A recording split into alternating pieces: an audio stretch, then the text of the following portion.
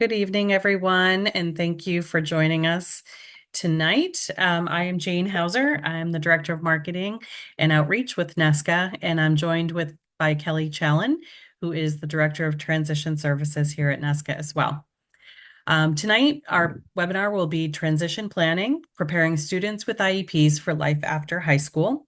And just a couple of housekeeping issues. Just wanted to let you know that the chat function will be enabled as it will be the Q&A down at the bottom of your screen. We're going to hold questions till the end of the webinar, and then, but feel free to put them in there in the meantime, and we'll collect them and get to them at the end. And with that, I will turn it over to Kelley Challen. Thanks so much, Jane. Good evening, everyone. I am Kelley Challen, and as Jane said, I'm the Director of Transition Services at NESCA. So I oversee our post-secondary transition consultation, planning, and assessment services. I've been at NESCA since 2013, but I've been engaged in evaluation and development and direction of transition-focused programming for teenagers and young adults with a really wide range of developmental and learning abilities since 2004. And just in case you're unfamiliar with NESCA, I wanted to take a moment to talk about our practice. So we're a group practice, a private practice with offices in Newton, Plainville, and Hingham, Massachusetts, as well as Londonderry, New Hampshire. And we have satellite staff in Burlington, Vermont, and Brooklyn, New York as well. And we specialize in assessment, treatment, and consultation services for children, adolescents, and young adults with special needs, whether mild or complex. Our clinical staff is comprised of 13 expert neuropsychologists and 5 transition specialists who have a mix of backgrounds. Our transition specialists have a mix of backgrounds in school and guidance counseling, occupational therapy, special education, and vocational rehab counseling. And we also have at NESCA therapists, psychoeducational counselors, occupational therapists, speech language pathologists, special educators, and consultants. NESCA was founded in 2007 as a neuropsychology practice, but we've had transition specialists on staff and offered transition services since 2009. So going on 15 years of offering transition services, essentially since the beginning of the practice. And this means that thinking about transition planning is really ingrained into everything that we do. And each of our clinicians is always aiming to provide, thorough and accurate assessments that can support a family, a student, a team in creating a roadmap for that student to progress toward adult life. So that's a lot of information about NESCA and about me. Before moving forward, I would love to pause and just have you type in some information about yourself if you can. So if you can access the chat and you want to let me know if you're a parent or an educator or a different type of professional, where you're located, and how old your child is or how old the students you tend to work with are.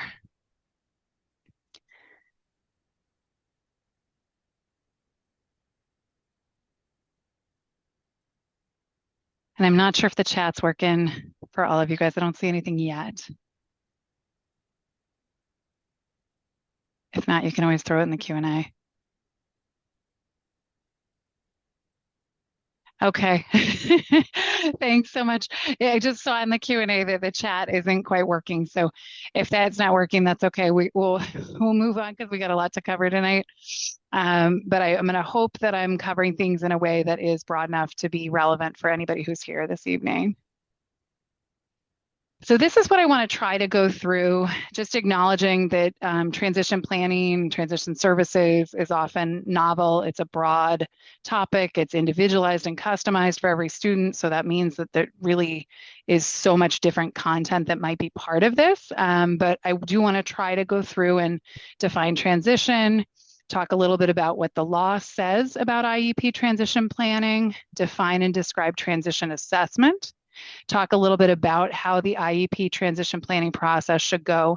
And then I also want to make sure that I share with you some of the things that are most important to focus on if you're going to be engaging in this transition planning process, right? If you're going to be pushing for a really strong IEP transition planning process, where does it make sense to focus your attention? Transition is a word that we hear a lot about, but what does it mean? We might look at Merriam-Webster for some definitions, thinking about a passage from one state or stage or subject to another, movement, development, or evolution from one form or stage to another. Or we could consider this definition that comes from Andrew Halpern, which is, that transition refers to a change in status from behaving primarily as a student to assuming emergent adult roles in the community. However, for students on IEPs, transition has additional implications. Transition is a legal term and a concept that's defined in federal law.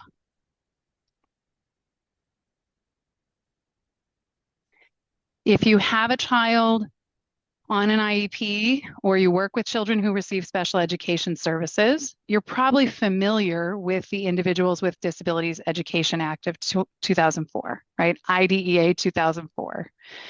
IDEA ensures that students with disabilities throughout the country have the right to a free, appropriate public education. And so I think a lot of us that are parents of kids on IEPs, we know we're entitled to education, right? We know we're entitled to instruction. We know we're entitled to our kids learning and making progress forward. But the other thing that's so important about IDEA is that this federal law mandates that the purpose of special education and related services is to meet the unique needs of students with disabilities and to prepare them for further education, employment, and independent living. So from the time your child, my child, a child we're working with qualifies for an IEP, they have a right to have that IEP prepare them for education when they finish public education, for training, for employment, and for independent living, and not just to be focused on what they're, how they're going to access education right now. One of the primary mechanisms by which special education prepares students with disabilities for these post-secondary activities, for life after special education, is the provision of transition services. And transition services are described and defined in IDEA. Within the definition of the IEP itself, the law states that beginning not later than the first IEP to be in effect when the child turns 16. And so the federal law says that we start this within the IEP that's going to be in effect when a child turns 16. In different states, we have different protections for special education. So many states like Massachusetts, it's actually beginning not later than the first IEP to be in effect when a child turns 14. There's at least one state where it's 12, but it can't be later than the age of 16. And then we also could do this beginning not later than when the child turns 16 or younger if determined appropriate by the IEP team. So we can start even earlier than 16 or 14 if the IEP team thinks this is necessary. And then we update annually thereafter. The IEP has to include a few important things. It has to include appropriate measurable post-secondary goals, which are based upon age-appropriate transition assessments related to training, education, employment, and where appropriate independent living skills. So it needs to have post-secondary goals that are based on transition assessments, and the IEP also needs to include the transition services, including courses of study that are needed to assist the child in reaching those goals. So I want to break down a few of the terms from the previous slide. The IEP needs to include post-secondary goals that are measurable and countable outcomes that the student aspires to achieve upon exiting public education. There should be one measurable post-secondary goal, one measurable post-high school goal for each specified adult outcome area. So there needs to be one specific education and/or training goal, one specific employment goal, and one specific goal related to living, which can include community engagement. The law does say that independent living is included where appropriate, but the only way a team can choose not to include a post-secondary independent living goal is if they have data demonstrating that this is not appropriate for the student, right? So if we need to write these goals based on age-appropriate transition assessment, and we need to determine if independent living is appropriate or not for the IEP, there needs to be data to inform that decision. I also like to mention that it's not acceptable to think of education or vocational training and employment as separate tracks. So a student who wants to go to college needs to also have an employment goal listed in their IEP, and a student who wants to work needs to have a goal listed for whatever the necessary or desired education or training is that that student wants. So we don't track students. We need to have goals in all of the areas that are required. And then transition services are also defined in IDEA. And transition services are a coordinated set of activities that's designed to be within a results-oriented process that's focused on improving the academic and functional achievement of the child with a disability to facilitate the child's movement from school to all of those post-school activities that we've talked about. And transition services, sort of this coordinated set of transition activities, is based on the student's individual needs, but it also takes into account the student's strengths, preferences, and interests. So this is a novel concept. A lot of times when we think about transition planning as part of the IEP, we need to consider the student's strengths and preferences and interests, and not just their disability-related needs. So we're basing this on needs, but also strengths, preferences, and interests. And the activities can include instruction. That can be specialized instruction, but it can also be general instruction. It can include related services, can include community experiences, and can include the development of employment and other post-school adult living objectives. So part of transition services can be helping the student to better develop some of their objectives for post-secondary adult life. And then if appropriate, also acquisition of daily living skills, which we've talked about a little bit, and functional vocational evaluation, meaning more of a physical, hands-on vocational assessment to get a sense more holistically of a student's vocational needs and accommodation needs and aptitudes and things like that. So when should transition assessment happen? I've explained to you that we need to have post-secondary goals and services, and that the goals need to be based on transition assessment, but when does transition assessment happen for students? Well, if the federal law requires that transition services need to be in the IEP that's in effect the year that the student turns 16, or your local law, like in Massachusetts, requires that transition services need to be in the IEP that's in effect the year the student turns 14, then transition assessment has to happen before that point. Transition assessment might need to happen at 13 or 15 or 11 if you're in the state where transition service happen at 12. So transition assessment is frequently needed to happen when students are still in middle school, actually, in order to be able to inform this process appropriately. So what is transition assessment? Well, the interesting thing here is that transition assessment itself is not defined in federal law, but the most common and legally accepted definition comes from the Division on Career Development and Transition of the Council for Exceptional Children, and that defines transition assessment as an ongoing process of collecting data on the individual's needs and preferences and interests as they relate to the demands of current and future working, educational, living, and personal and social environments. So it's broad, right? What transition can be is quite broad. Transition assessment is ongoing because we need to be frequently measuring progress because students can change their goals for post-secondary life, right? Part of the IEP this year could be to help the student better define their goals for next year. Students are moving forward and we're checking our progress and seeing how we're doing. And then we're sort of, setting future goals, adjusting the post-secondary goals if we need to. And so it's a pretty cyclical process, right? But even though it's ongoing, I do like to point out, you don't need to evaluate every aspect of the student's strengths, preferences, interests, and needs every single year. You do need to have transition assessment data every single year, but you don't need to update every piece of that every single year. If you do really thorough transition planning early, you shouldn't need to make major changes every single year. Even when a student's goals change, a lot of times the foundational skills that they need to be building are quite similar. And so, ongoing doesn't mean that the student's always testing all the time. This is a totally new visual that I'm using tonight. I've been trying to put together an image to really show everything that needs to come out of transition assessment, right? Transition assessment needs to happen across these three different areas, right? Because ultimately we need to come out of a transition assessment process knowing what the students' post-secondary goals are in the areas of employment, education and training, and independent living when it's appropriate.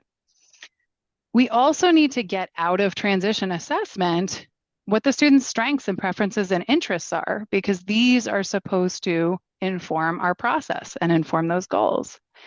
And then we certainly need to get out of a transition assessment process what the students' disability related needs are and what their transition service needs are, right? We need to come out of the process with some recommendations, some ideas of what is the coursework and instruction and related services and what kinds of, career and college planning activities and community experiences and life skills instruction, does the student need? So there are a lot of parts to the referral questions that we're sort of asking when we start a transition assessment process.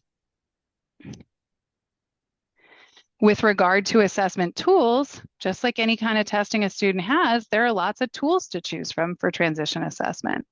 In fact, there are probably more potential tools than any other assessment a student would ever participate in, right? So, and we have the opportunity to use formal and informal assessment tools, and we actually need to use at least one formal and at least one informal assessment tool for transition assessment. Formal assessments are things you might be used to before, right? Those are the standardized published tests with specific administration and interpretation procedures. We know they're reliable and valid, and they're often norm referenced. So they might be compared to peers across the country or similarly aged peers.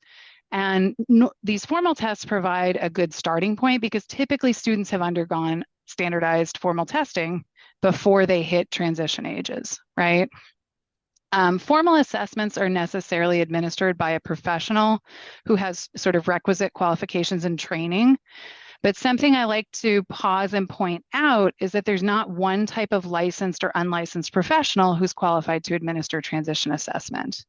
So who a school might use as an evaluator depends on who's been trained to administer this type of testing required and who has experience administering the tools. So for instance, a school psychologist may have the most experience with like a formal adaptive functioning measure, or if the cognitive testing needs to be updated or something like that.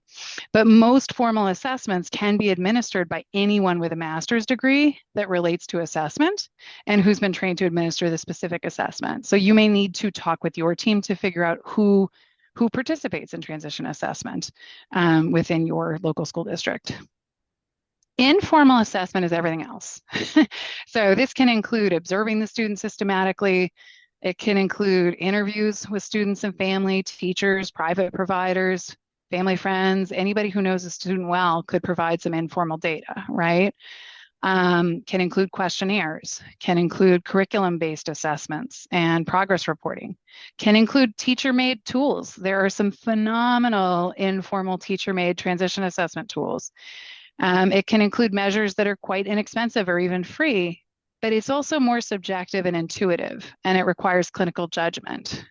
So if informal assessments are being used, it's good to know sort of how those were developed, how they're being interpreted, and how familiar the person who's administering the testing is with those tools. A few types of informal assessments that I like to highlight include person-centered planning frameworks. So for students who maybe some traditional testing tools aren't good for, students who have more limited verbal skills, more limited reading skills, or just do better with more visually based kinds of processes and more collaborative kinds of processes. There are a lot of different person-centered planning methodologies, PATH and MAPS and personal futures planning, and then charting a life course is more of a framework that people are using these days too. I also like to point out functional community-based assessments because these can be critical.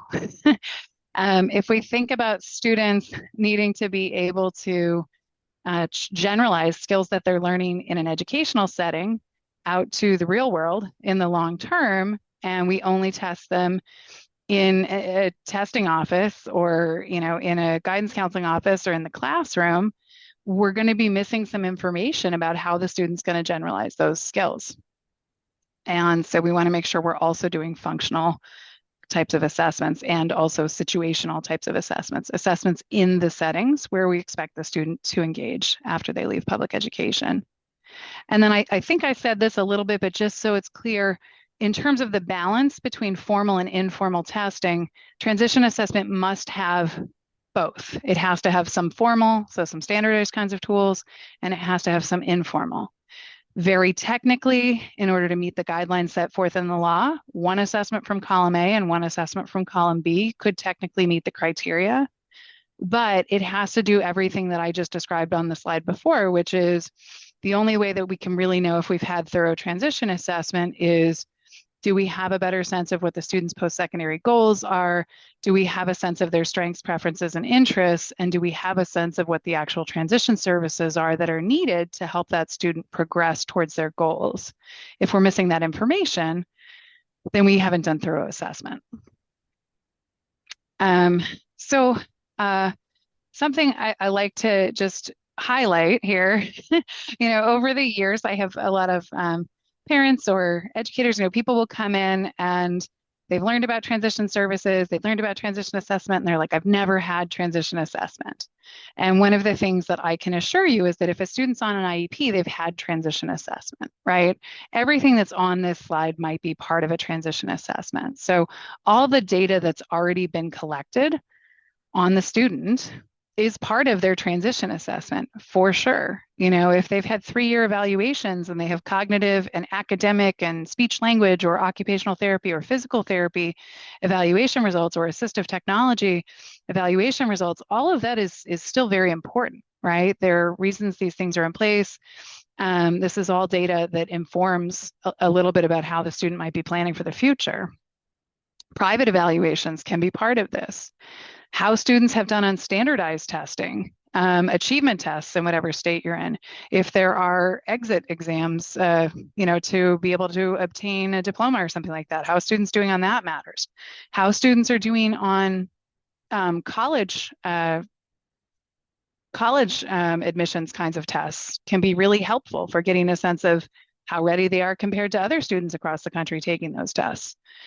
Report cards, transcripts, progress reports, all of this is data that can inform transition planning. And then if schools have particular guidance counseling softwares or college counseling softwares, there are often assessments on that platform that are part of transition assessment. And then certainly student and parent concerns, vision statements, goals, those are all part of transition assessment. But while all of this counts as assessment, it's really important that all of the assessments that we're talking, if we're going to sort of qualify something as part of transition assessment, it has to be something that was discussed as part of an IEP planning process, right? It can't be something that happened over in the guidance counseling office, but the data never made its way into a team meeting. We can't say we've done a whole bunch of transition assessment, if it hasn't actually been used to inform the IEP. So we want to make sure there's an accurate reporting of the students, of the different informal and formal evaluations that are happening throughout school, and that all of this gets into the IEP. I sometimes talk about it. There was a school who funded a transition assessment at NESCA. This is now probably 4 years ago. And they sent with the referral for the student a 9-page document that listed all sorts of assessments that they had done for the student. And some were really specific evaluations, some were activities, but not a single one of them was listed in the IEP. So there had been tons and tons of amazing transition data collected on the student, but it hadn't been used to inform the IEP process, right? Or if it was used to inform the IEP process, it wasn't documented in such a way that I could tell that. And so that's what we want to avoid. We want to make sure that we're bringing all of the information that's relevant into this team meeting process. So given that transition assessment's broad, and so much assessment has already been done, we need to figure out where to start, right? We need to have a way to figure out a starting point. And I think a needs assessment is really important as part of this process, right? Thinking about what's already known about the student's strengths, interests, preferences, and needs, and their vision and goals. And then thinking about what do we not have information about, and what's the best way to get that information. I did put in here These are just some screenshots of something that's called a transition assessment planning form by Mary Morningstar. I am not suggesting that every transition assessment needs to be planned using this particular planning form. I can also tell you that I don't use this transition planning form at all when I'm planning out transition assessment for students. But if you have no idea what might be part of a transition assessment process, it can be great to look at some examples like a form like this to get a sense of what different areas might be considered as part of an assessment for transition assessment. The other thing that I think is really critical to think about when you're moving towards this assessment process is just to ask, yourself, your child, your team, what's the biggest worry about the student transitioning to adult life, right? It's so important if you're going to be requesting transition assessment or if a school is going to be conducting transition assessment to be clear about what our concerns are for life after special education, right? We want to make sure that the evaluation is going to address the biggest concerns. So I don't typically recommend just saying, hey, my kid's going to be 13 or 15. We need to do comprehensive transition assessment because you could get a 20-page report back that doesn't actually cover what your biggest concerns are for your child or for the student. So it's incredibly helpful when we're thinking about transition assessment to be specific. I'm worried because my son has no idea what type of work he's going to do after high school, and I want to know more about his career interests and aptitudes so that he can set better transition, a better career goal for himself. Or I'm concerned that Sharon's going to be socially isolated, and I would really like to make sure her social and community and leisure skills are evaluated, right? Being specific about some of the things that we're most concerned about in terms of this process. And then personally, these are some guidelines that I think transition assessment should include. And I want to be clear, this is my opinion with just a little bit of law included. But this is not this is not a rule. You can't take this into your team and say, well, this is, what this person said. It's just my opinion. So I think it's really important to include some sort of transition planning inventory or assessment. If you Google transition planning inventory, you'll find some of these. There's literally a test called the Transition Planning Inventory. It's on the third edition now. It's a 57-item checklist. But what I think is useful about transition planning inventories or transition planning assessments is that they're designed to make sure that we're asking questions across important areas of transition planning and the types of questions that have come up through research and sometimes through law over time, right? It's really important to have formal and informal measures. We already talked about that. I also think it's really important to include clear measurements of frequency and level of support and dependence. So not just how often does a student exhibit X behavior, but what type of support or what type of prompting is needed for a student to behave that way. So I often think about something like hygiene, right? A student might show up at school and look fantastic every single morning. Hair is clean, nails are cut, no dirt under their fingers. They're wearing really nice clothes. They've actually got a shirt tucked in, whatever. But it could have taken 3 hours for that student to end up that way at home, right? It might be sort of unsustainable with the current level of skills and support for that student to continue to be somebody who presents well after public education or after they're living with their parents. And so we need to have an understanding of not just what are we seeing, like what are the behaviors, but what levels of support and dependence are enabling that student to function in that way. It's really important to have student data as part of this, right? The students self-report in some way, in whatever way they can participate, as well as parent or guardian or family, and to have school.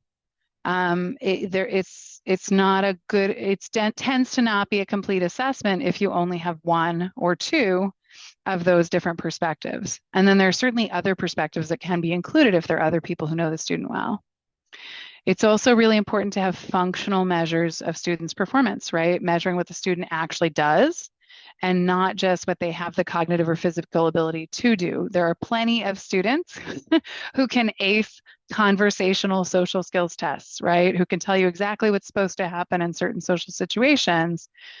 but may not actually enact any of that in the moment for a variety of different reasons, right? So we want to know functionally what actually is happening, not just what can a student say they know how to do. And then also, as I said before, situational assessments in environments related to post-secondary vision and goals. So what does a student actually look like out in the community or in a post-secondary learning or training environment or on a work site, and not just how are they functioning in a school classroom.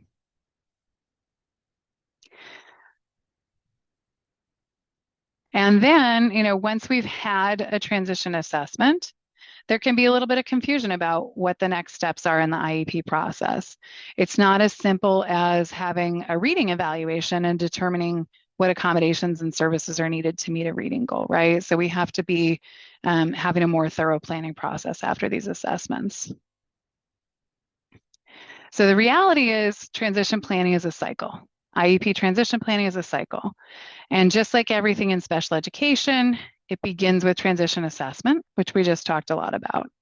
Those assessments are reviewed in team meetings.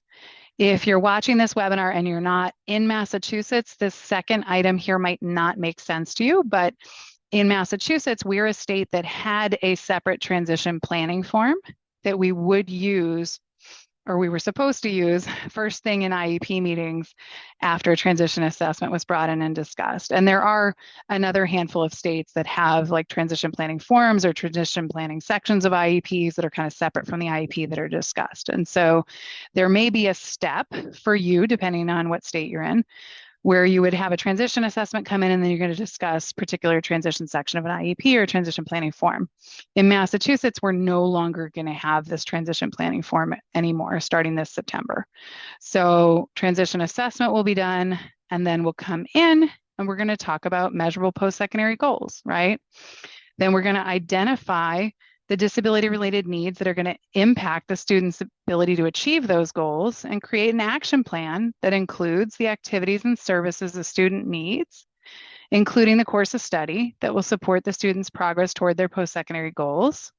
And then we're going to align the annual IEP goals with the measurable post-secondary goals. And as we progress through our plan, we continue to assess. We go back to transition assessment again.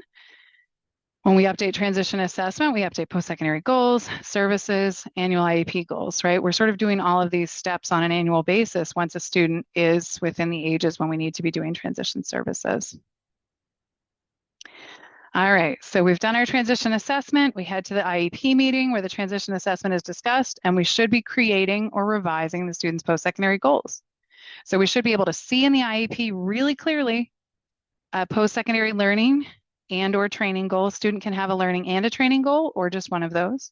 We should be able to see a competitive employment goal. What kind of integrated employment is this student going to have when they finish public education? And we should be able to see an independent living goal, including community participation.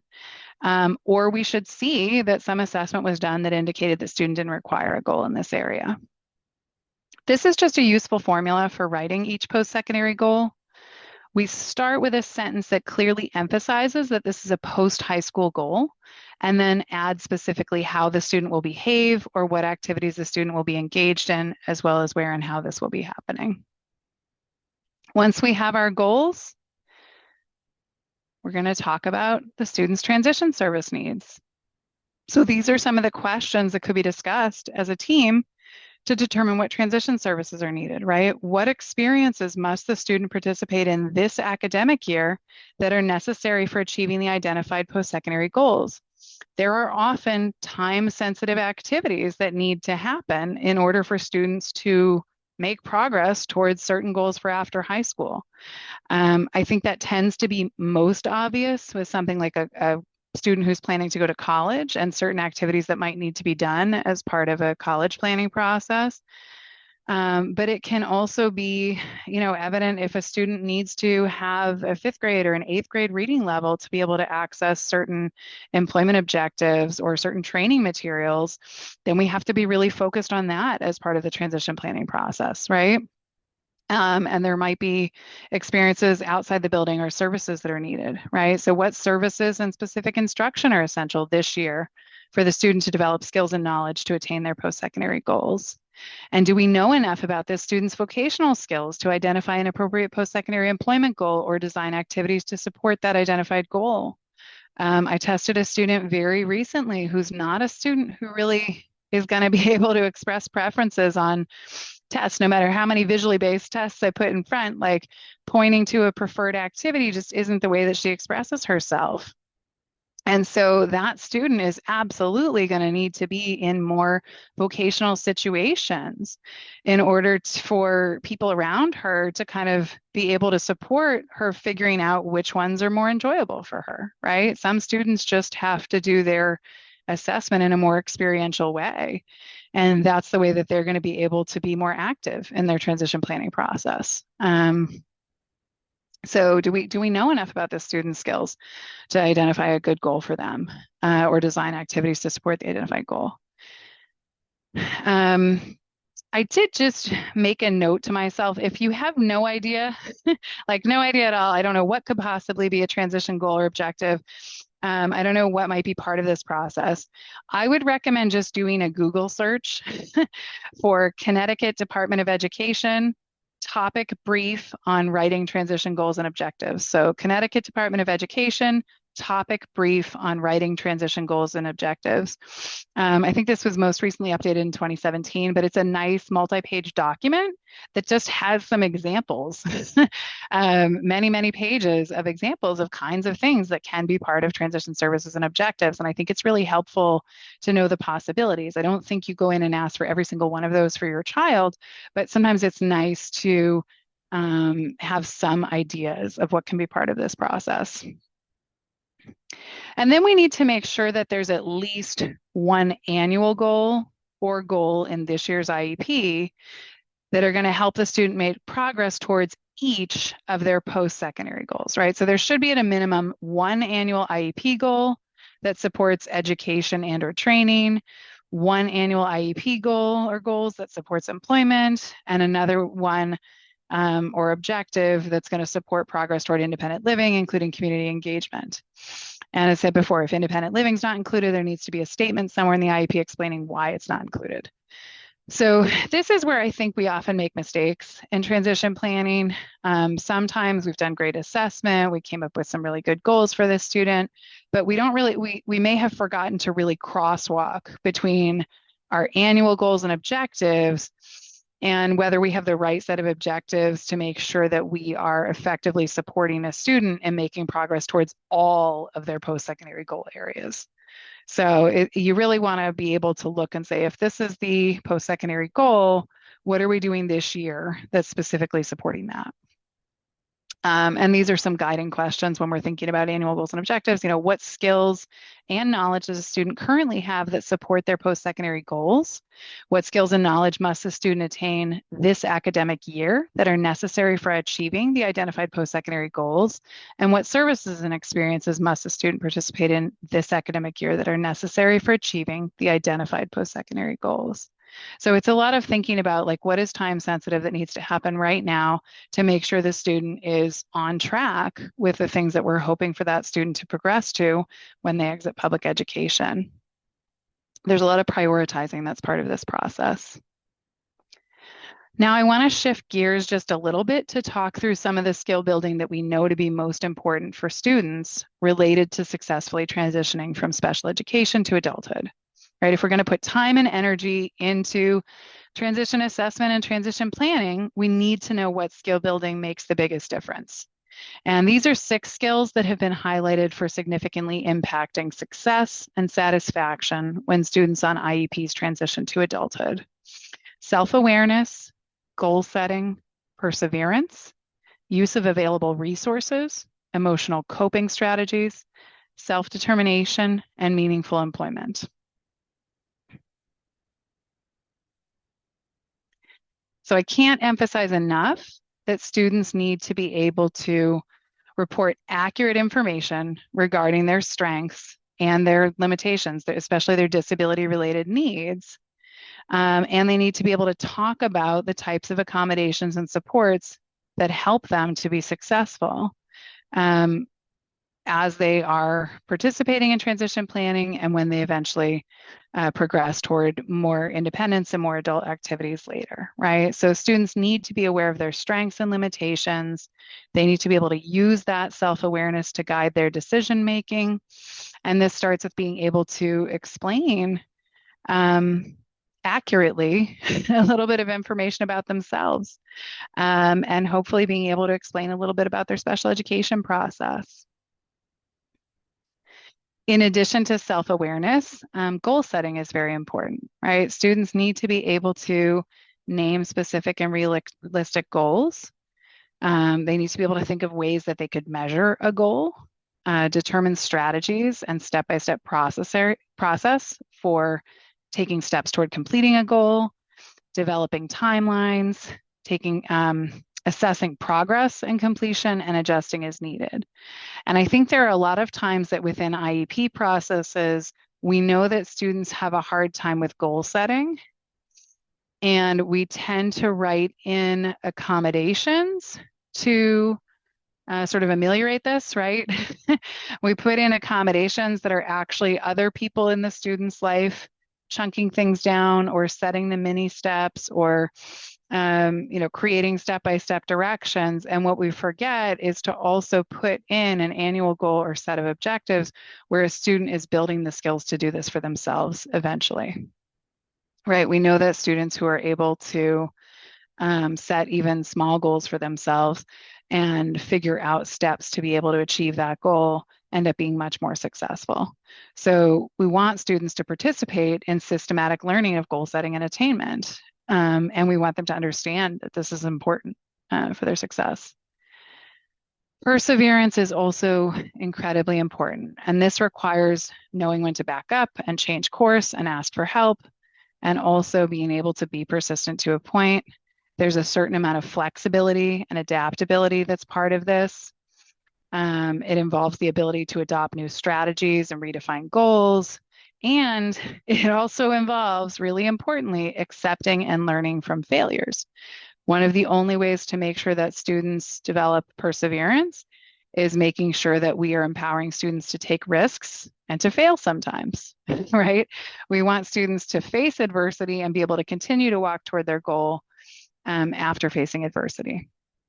So, perseverance is something that develops through other people modeling grit, right? I model a lot of mistakes for kids I work with, for my own kids, sort of talking through that this was a mistake. I tried that, didn't work. Here's what we're going to try instead. Sometimes I have to model coping with that frustration around that as well, right? But it's important for students to see people make mistakes and be able to persevere through that. It's also important for students to have the opportunity to practice this with support, to practice making logical connections between actions and motivators, and building that sort of sense that they can achieve success and that others support them in that, as opposed to others sort of interfering. When we constantly over accommodate and knock down barriers, or we enable students to avoid taking risks and failing, then we're preventing students from learning perseverance, right? So this is important to think about as part of this process. Use of available resources is another important skill, right? It has to do with knowing what's present as far as resources and being able to use effective support systems. I think one thing that can be challenging if students are not involved enough in their IEP processes is there can be a lot of accommodating or service provision that's happening without students realizing that they're using support systems, right? Or there's a lot of accommodating that happens at home or with other adults in their life, and the world is not as accommodating, right? The world is not as accommodating as parents often. The world is not as accommodating as educators often. So students need to know when they're actually getting support, when it's a particular resource, and what's going to be available in next settings. So you have to know that you actually need help, that help is being given. You have to know what help is available. You need to be able to ask for the right kind of help. It's not about waiting around and hoping for help to come. It's about being able to seek support from other people. And this really builds on some of the self-awareness that we talked about before and being able to advocate for yourself based on what you know about your strengths and needs, right? So there can be like sort of knowledge-based objectives around this in terms of students understanding what resources are, but there also have to be self-advocacy objectives in terms of students practicing accessing resources independently or as independently as possible. Students also need to develop effective means of reducing and coping with stress and frustration and other emotional aspects of having a neurodivergent profile or having needs, or even like we all have areas of challenge or things that we have to cope with. And so you need to have ways to cope with that. Just like goal setting, coping strategies develop when students are allowed to take risks. But also, coping strategies develop with explicit social emotional learning and instruction, right? One of the things that I like to point out is that if students do have counseling or service or even speech language where they might be building coping strategies one-on-one with another individual or like in a particular office, it's so important for that student to eventually have opportunities to generalize skills where they are practicing coping in other situations where they need to be able to cope, right? So we need more generalization of coping strategies to other situations. And if we're thinking about transitioning to post-secondary adulthood, to activities outside of the school, you may need to be practicing coping outside of the school, right? And being able to access consistent strategies. And this is the second to last skill that I want to talk about, self-determination, but it's also the most important and it builds from many of the other described skills, right? So this slide includes two definitions of self-determination that both come from fact sheets, again, from DCDT, from CEC. The first is the most current, but I like them both. So self-determination is the ability to make choices, solve problems, set goals, evaluate options, take initiative to reach one's goals, and accept consequences of one's actions. But the simpler version is that self-determination is essentially being able to make choices and decisions about one's own life without any more support than necessary. When students are self-determined, they have a sense of control. They have a belief that they can affect the outcome of their life. They assume responsibility for actions and outcomes, and they're proactive. Students are more proactive politically, economically, socially involved in their communities when they have this sense of control and a belief that they can have an impact. Self-determination develops with frequent opportunities to make choices, engage in problem solving, and set goals. And it also develops with active involvement in IEP development and implementation. So the nice thing is, we know that self-determination is a significant predictor of success when students transition out of public education. We're talking about students who are on IEPs, and we know that when students are actively involved in their IEP processes, they're more self-determined, right? So when you participate in an IEP process, it involves self-awareness. It involves self-advocating. It involves setting goals for yourself and thinking about ways to measure those goals. It involves all the skills that we're trying to teach students. There are ways that this has to start at home, right? There might be conversations that need to happen with students or information that needs to be shared with students even before they're at these transition ages. We also, as parents, need to recognize that we may have to give up some control in order to enable kids to be part of this process. But IEP participation is a really wonderful way for students to learn about their strengths and their needs and why they have accommodations and modifications, and to have the opportunity to set a goal and explain their vision and to start practicing advocating for themselves with adults and providers. Even though research shows that student-led IEPs can be highly effective, I think schools may be differently receptive to this. Not everybody's familiar with this level of participation from a student. So sometimes, parents and educators have to work together way ahead of time to set the stage for this to go well. And if you have a student who's not yet within the age of transition planning, part of IEPs before the student hits transition ages can be about the student learning enough about themselves or learning enough about the IEP process so that they can engage in this. And that's just important to be thinking about. This slide here just describes a step-by-step way to include students. So, starting by students learning about the process, just being present in a meeting, reviewing an IEP with a parent or professional, having a script, eventually having a PowerPoint. And, when we think about students as part of this process, we want to make sure that at some point they're leading the meetings, right? And those can be just transition planning portions of meetings or can be smaller meetings that then lead into bigger meetings. But we want to be giving students the floor, right? We want to be giving them the microphone, letting them lead this process, because that is what makes a difference when they transition into adulthood. They have to go in and negotiate for accommodations with human resources. They have to be able to if they need to disclose something as part of a hiring process, they need to be able to do that for themselves.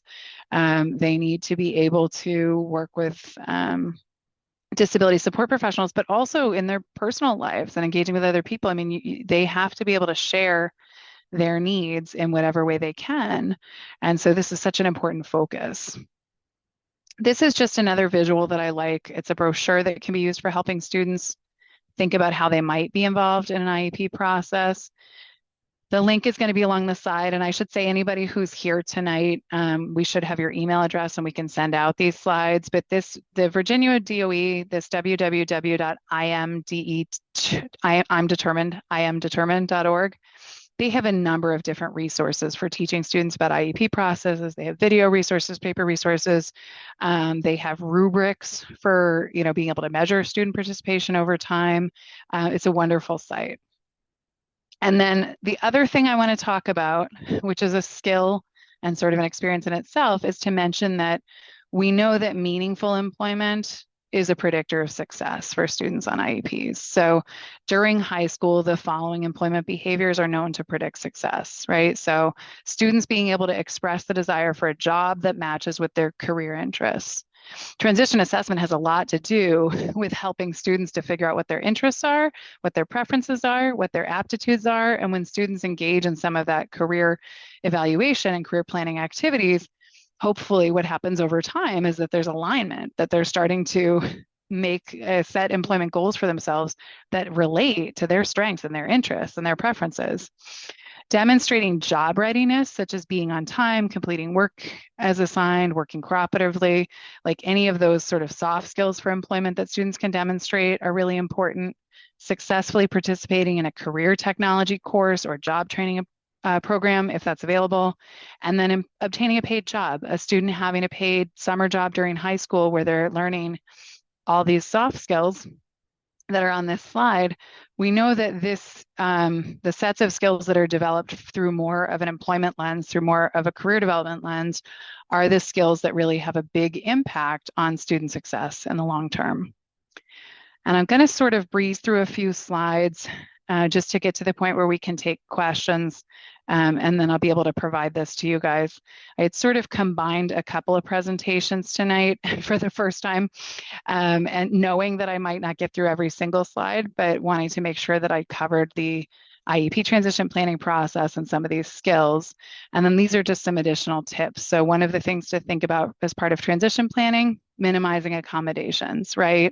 Thinking about what's really a skill that needs to be built as opposed to an accommodation, and what are the accommodations that would actually be available when we get to adulthood. Automaticity, right?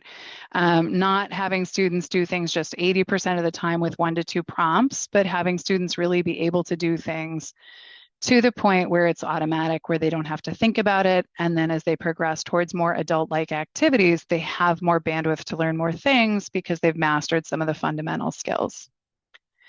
Generalization, right? Once a skill's automatic, take it on the road. Maybe you can use the debit card machine at Walmart, but what about Target?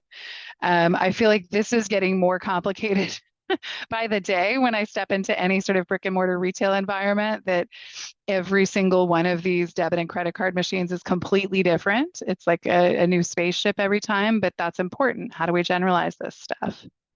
And thinking about building a lasting team. So, not just IEP teams that include special educators and educators and people from the school world, but how do we start to include people from the community, adult service providers, advocacy group members, are there coaches or troop leaders or extended family members, family friends? How do we over time think about our child having more of a support network than just the public educators so that they're not falling off of a support cliff when they exit?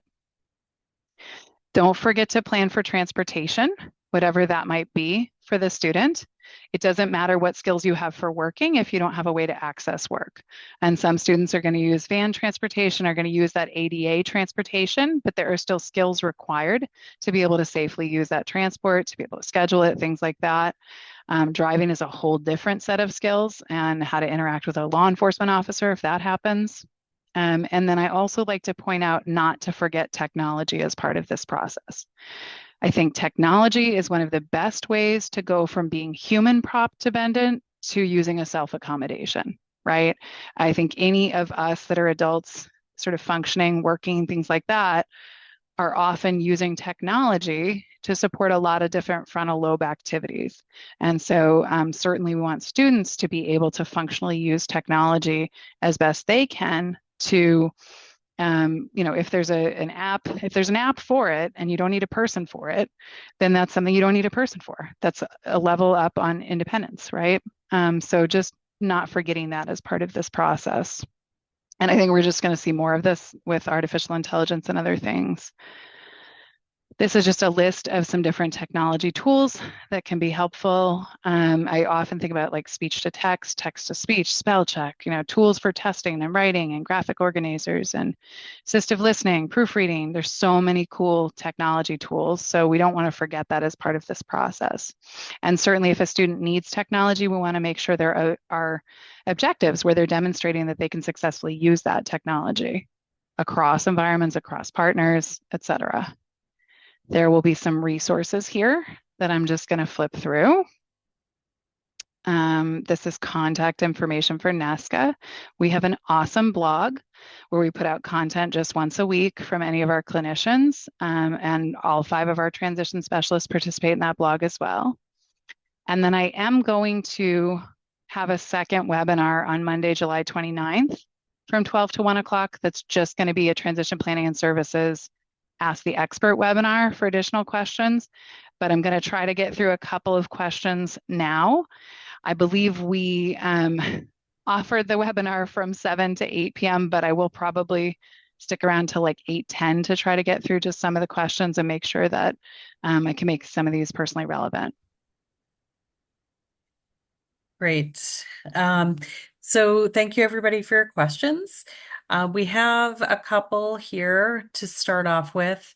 Hi, I've asked for post-secondary goals and the team said no. Now what? And then a follow-up also asking if NESCA is able to help at IEP meetings. So the I've asked for post-secondary goals and a team said no. I mean, this is hard, right? And I think participating in special education and knowing what the law says special education should be, it still means that everybody else who's participating in special education has to also understand that. And sometimes that's just not the case. You may not have the right people in the room to be able to follow the process the way it should be. If this is a question from Massachusetts by any chance, the IEP that's going to be implemented this September has specific line items for it for post-secondary goals. It's taken us a long time to fight for that in this state, but I'm really excited that you won't be able to get through the IEP process for a transition age student without putting those post-secondary goals on. And there are many other states where the form itself actually has spaces for that. But there are certainly states where there's not a specific space for that. And so then your option is that you're basically asking for post-secondary goals, which are absolutely required to be in some ways like the foundational part of the IEP. and your team's saying no, so then you're stuck going through whatever sort of procedures your state has for contesting the fact that the process is being done appropriately, right? You may need to contact your Department of Special Education. They may have a compliancy department that you can talk with. You might talk with other parents in your community and figure out, like, does nobody have post-secondary goals in our community? Maybe we need to file a group complaint. Sometimes you need to have advocacy support or legal support to be able to push that. But certainly, it's not appropriate to be developing an IEP for a student who's of transition age without those post-secondary goals and without transition services.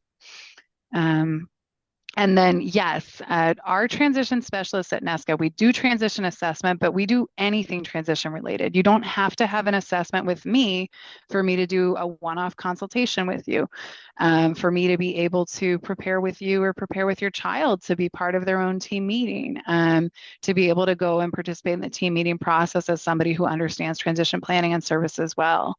I absolutely do that contracted by school districts very frequently as well, right?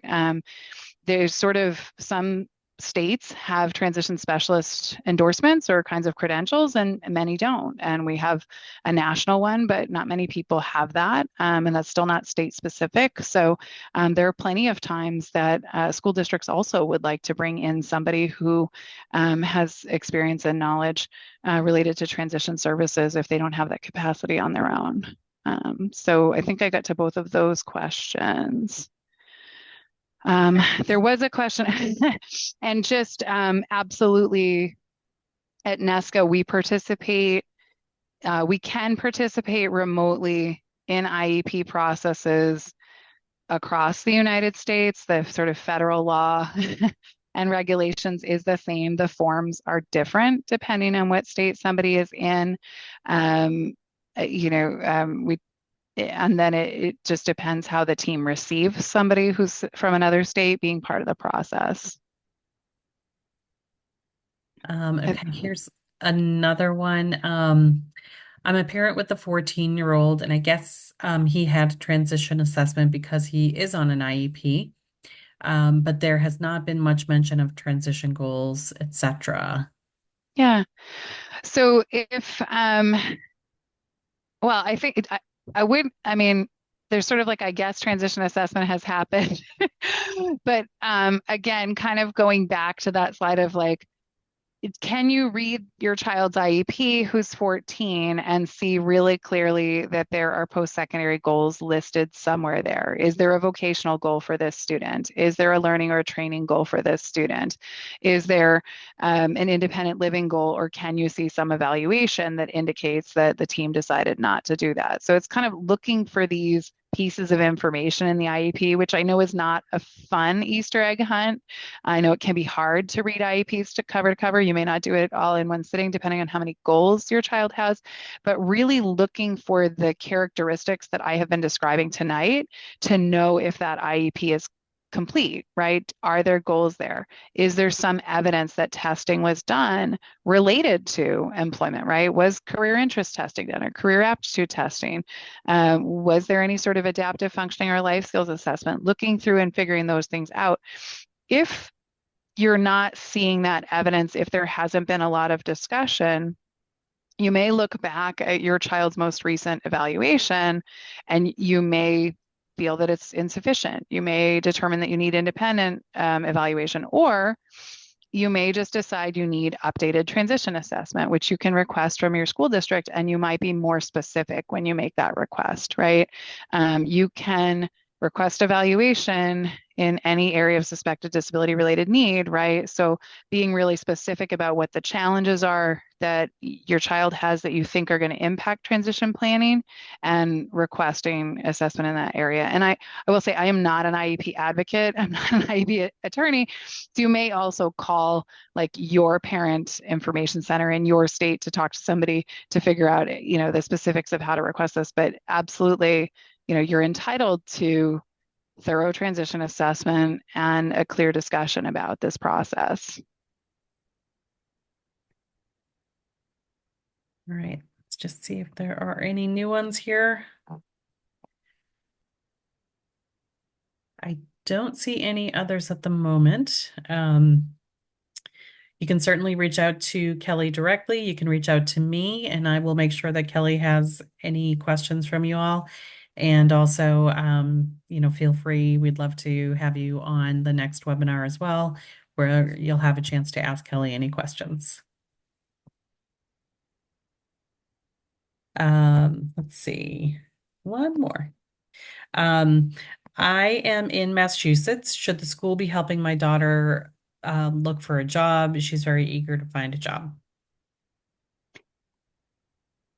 So it very much depends on, right, like what is counted as a transition service or what is required of the school district very much depends on what's been discussed in IEP meetings and what's been determined to be a necessary transition service for your child. So there are lots and lots of situations where, as part of an IEP process, a school is supporting a student to find a job in the community. And actually, I mean, frankly, like schools typically do have some resources for that. Although it's fewer and fewer these days in Massachusetts, right? But there might be somebody in the guidance counseling office that helps students to find summer jobs, or there might be a school to career coordinator, depending on which school district somebody is in. But if a student's within transition ages and a transition service that has been determined to be important for them is to have a job during school, then absolutely it may be required that she have some specialized support with that. The other resource I didn't talk about at all today, but it's so important to know about, is every state has vocational rehabilitation services, and every state has a certain proportion of those vocational rehabilitation services, a certain amount of funding designated so that students on IEPs can have vocational support while they're still students, right? Pre-employment transition services. And somebody just typed into the chat, pre-ETS. Very few folks know about them. So, it's typically students 14 and up. And again, this is national. So it might be delivered by a different agency or different person in your state. Sometimes Voc Rehab delivers them themselves. Sometimes Voc Rehab offers some funding to schools and the schools actually deliver them. Sometimes there's a third-party provider who's involved in this process. But there is vocational support available to students with disabilities who are on IEPs and students with disabilities on 504s and students with disabilities who aren't on plans. It just has to do with that there are regs in place that require that we do employment planning and pre-employment support for students with disabilities so that they're more employable when they finish up public education. And that can be career counseling, and that can be job shadowing, and that can be internships, and that can be some pre-college coaching. So there's a lot that could be part of that process. So if the school isn't helping with employment, you could also think about tapping into Voc Rehab to help with employment. But those pre-employment transition services do not at all take the place of the school district's responsibility to provide appropriate transition services. So it's important to access both of those. Yep, and if a student has, there's a comment in the chat to make sure that if a student has a developmental disability, that they're applying for those developmental disability support services in your state if they have them. For students with autism, some states have more specific autism support for children, and then for adults as well. So really, the other thing I didn't mention, but is important to know, is that all the 50 states have independent living centers or centers for independent living. And those are also agencies that support living in the community for adults with disabilities, but they support individuals with disabilities of all ages with advocacy. So they can support life skills development. Sometimes they have specific transition programs, transition to adulthood programs, transition internship programs. So there are resources beyond just the school that can support this transition planning process as well. But certainly we want to make sure that we're doing the school-based process as well. And there was another question about transition goals on a transition planning form in Massachusetts, but not in the main part of the IEP. And that's not okay. But again, the IEP is changing this year. And so this should all become moot because there was a transition section of the IEP now. There will no longer be a transition planning form. And so there will have to be transition planning activities written into IEPs. And anybody who has an IEP meeting in Massachusetts in this next school year, you should be then updating your child's form to that new format. And you should know that as a parent, you should bring that up if for some reason that's not happening in your district, but that should be happening in every district across the state this year. So thank you so much, everybody. We're at 8:09. I want to make sure I let people go by 8:10. I appreciate people sticking with me for an extra 10 minutes to make sure we got to some questions. And again, feel free to come back on the 29th at 12 p.m. Eastern time if you want to do more Q&A chat or have other kinds of questions you want to understand about this transition planning process. And we will post that on our social media and website, and also we can get that to you in a follow-up email as well. So don't worry about copying it down now. Well, thank you so much for everyone, and thank you, Kelley. We really appreciate it. And just one final question about how do we get a copy of the PowerPoint. I will follow up with everybody who registered for tonight's webinar, and it'll include the PowerPoint and also just information about the next session. Thank you so much. Take care.